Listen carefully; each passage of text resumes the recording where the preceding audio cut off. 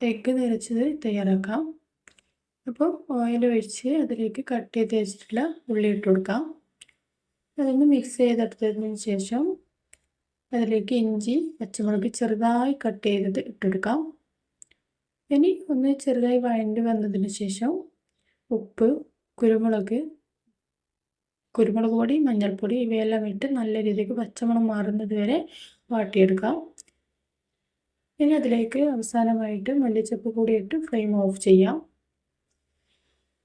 ഇനി bread coat ചെയ്യാൻ വേണ്ടിയിട്ട് മല്ലിച്ചപ്പ്, ചില്ലി ഫ്ലേക്സ്, എഗ്ഗ്, ഒരു പിഞ്ച് ഉപ്പ് നന്നായി മിക്സ് ചെയ്ത് മാറ്റി വെക്കാം. പിന്നെ ബോയിൽ ചെയ്തിട്ടുള്ള എഗ്ഗ് കട്ട് ചെയ്തിട്ടും വെക്കാം. ഒരു വലിയ എഗ്ഗ് 3 കഷ്ണങ്ങളാക്കിയിട്ട് അതിൻ്റെ ഉള്ളിൽ നിന്നും ബ്രെഡ് പുറത്തേക്ക് എടുക്കാം.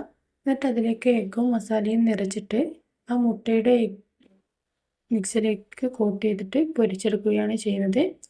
അപ്പോൾ എഗ്ഗ് ഫില്ലിംഗ് ഇവിടെ റെഡി ആയിട്ടുണ്ട്. മറ്റൊരു വീഡിയോയിൽ വീണ്ടും കാണാം.